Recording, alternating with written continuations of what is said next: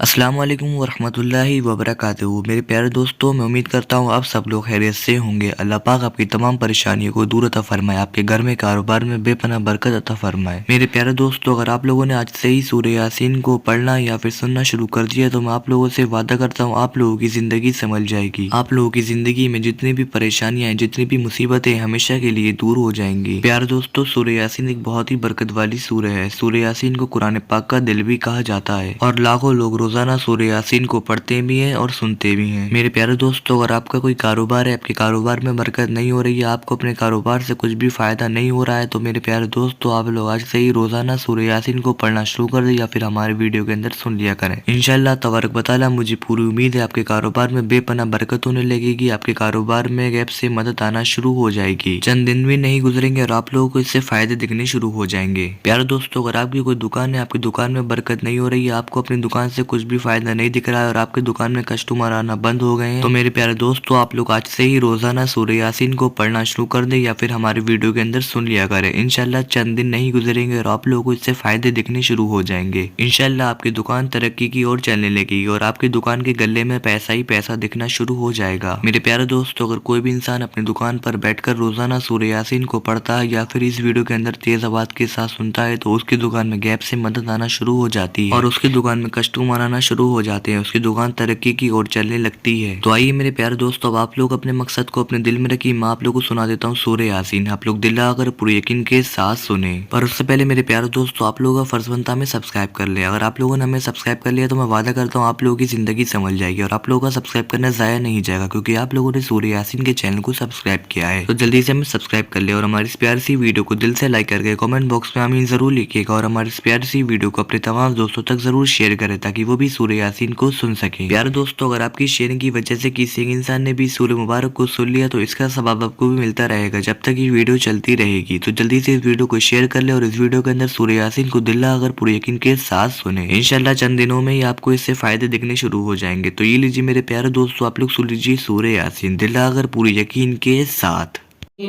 बिस्मिल्लाहिर्रहमानिर्रहीम यासीन वल क़ुरआनिल हकीम इन्नका लमिनल मुरसलीन अला सिरातिम मुस्तक़ीम तंज़ीलल अज़ीज़िर रहीम लितुन्ज़िर क़ौमन मा उन्ज़िर आबाउहुम फ़हुम गाफ़िलून लक़द हक़्क़ल क़ौलु अला अक्तरिहिम फ़हुम ला युमिनून इन्ना जअलना फ़ी अअनाक़िहिम अग़लालन फ़हिय इलल अज़क़ानि फ़हुम मुक़महून वजअलना मिन बैनि ऐदीहिम सद्दन वमिन ख़ल्फ़िहिम सद्दन फ़अग़शयनाहुम फ़हुम ला युबसिरून वसवाअन अलैहिम अअन्ज़रतहुम अम लम तुन्ज़िरहुम ला युमिनून इन्नमा तुन्ज़िरु मन इत्तबअ अज़्ज़िक्र वख़शिय अर्रहमान बिलग़ैब फ़बश्शिरहु बिमग़फ़िरतिन वअज्रिन करीम इन्ना नहनु नुह्यिल मौता वनक्तुबु मा क़द्दमू वआथारहुम वकुल्ल शैइन अहसयनाहु फ़ी इमामिन मुबीन वضرب لهم مثلا أصحاب القرية إذ جاءها المرسلون إذ أرسلنا إليهم اثنين فكذبوهما فعززنا بثالث فقالوا إنا إليكم مرسلون قالوا ما أنتم إلا بشر مثلنا وما أنزل الرحمن من شيء إن أنتم إلا تكذبون قالوا ربنا يعلم إنا إليكم لمرسلون وما علينا إلا البلاغ المبين قالوا إنا تطيرنا بكم لئن لم تنتهوا لنرجمنكم وليمسنكم منا عذاب أليم قالوا طائركم معكم أئن ذكرتم بل أنتم قوم مسرفين وجاء من أقصى المدينة رجل يسعى قال يا قوم اتبعوا المرسلين اتبعوا من لا يسألكم أجرا وهم مهتدون وما لي لا أعبد الذي فطرني فإنه فطرني وإليه ترجعون أأتخذ من دونه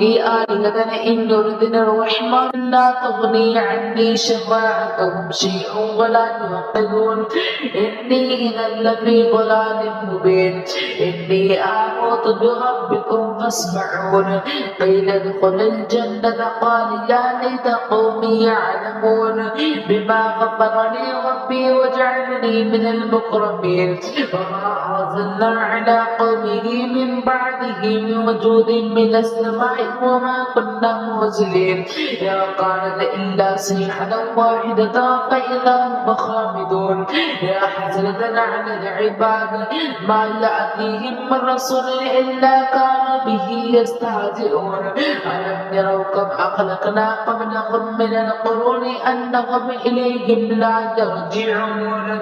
وإن كل لما جميع الذين محضرون وآية لهم الأرض الميتة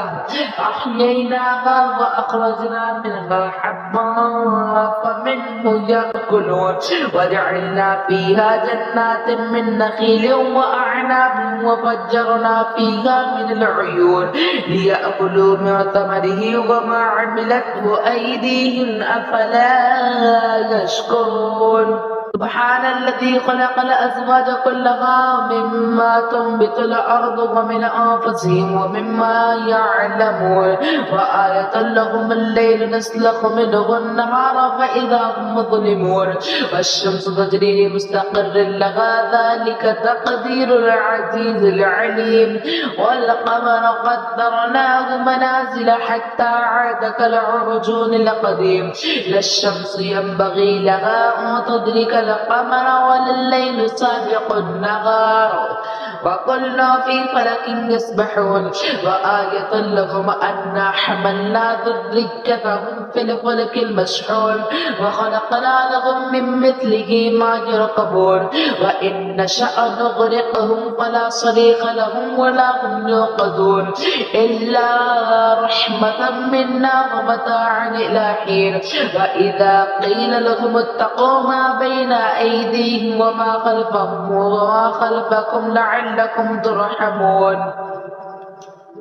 وما تأتيهم من آية من آيات ربهم إلا كانوا عنها معرضين وإذا قيل لهم أنفقوا مما رزقكم الله قال الذين كفروا للذين آمنوا أنطعم من لو يشاء الله أطعمه إن أنتم إلا في ضلال مبين ويقولون متى هذا الوعد إن كنتم صادقين ما ينظرون إلا صيحة واحدة تأخذهم وهم يخصمون فلا يستطيعون توصية ولا إلى أهلهم يرجعون ونفخ في الصور فإذا هم من الأجداث إلى ربهم يوصلون قالوا يا ويلنا من بعثنا من مرقدنا هذا ما وعد الرحمن وصدق المرسلون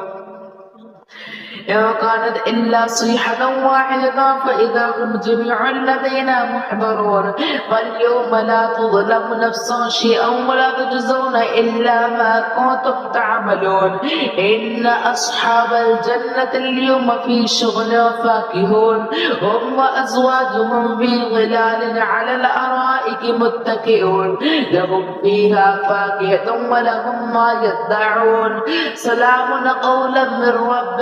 رحيم وامتاز اليوم أيها المجرمون ألم أعهد إليكم يا بني آدم أن لا تعبدوا الشيطان إنه لكم عدو مبين وأن يعبدوني هذا صراط مستقيم ولقد أضل منكم جبلا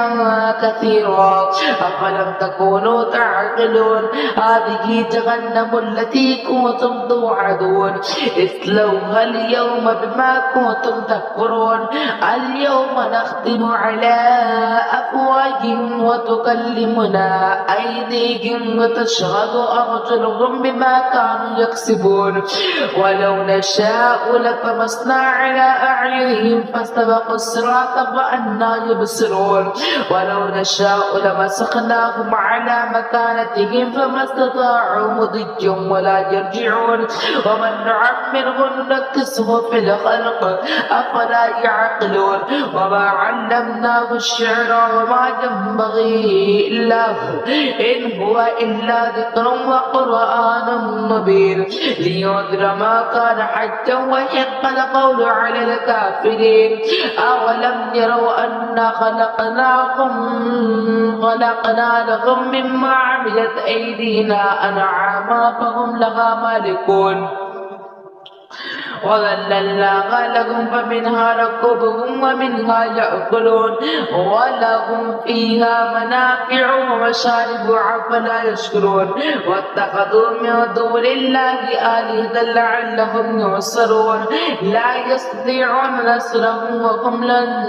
لهم جند محضرون فلا يحزنك قولهم إنا نعلم ما يسرون وما يعلنون أولم ير الإنسان أنا خلقناه من نطفة فإذا هو خصيم مبين وضرب لنا مثلا ونسي خلقه قال من يحيي العظام وهي رميم قل يحييها الذي أنشأها أول مرة وهو بكل خلق عليم الذي جعل لكم من الشجر الأخضر نارا فإذا أنتم منه توقدون أوليس الذي خلق السماوات والأرض بقادر على أن يخلق مثلهم بلى وهو الخلاق العليم إنما أمره إذا أراد شيئا أن يقول له كن فيكون فسبحان الذي بيده ملكوت كل شيء وإليه ترجعون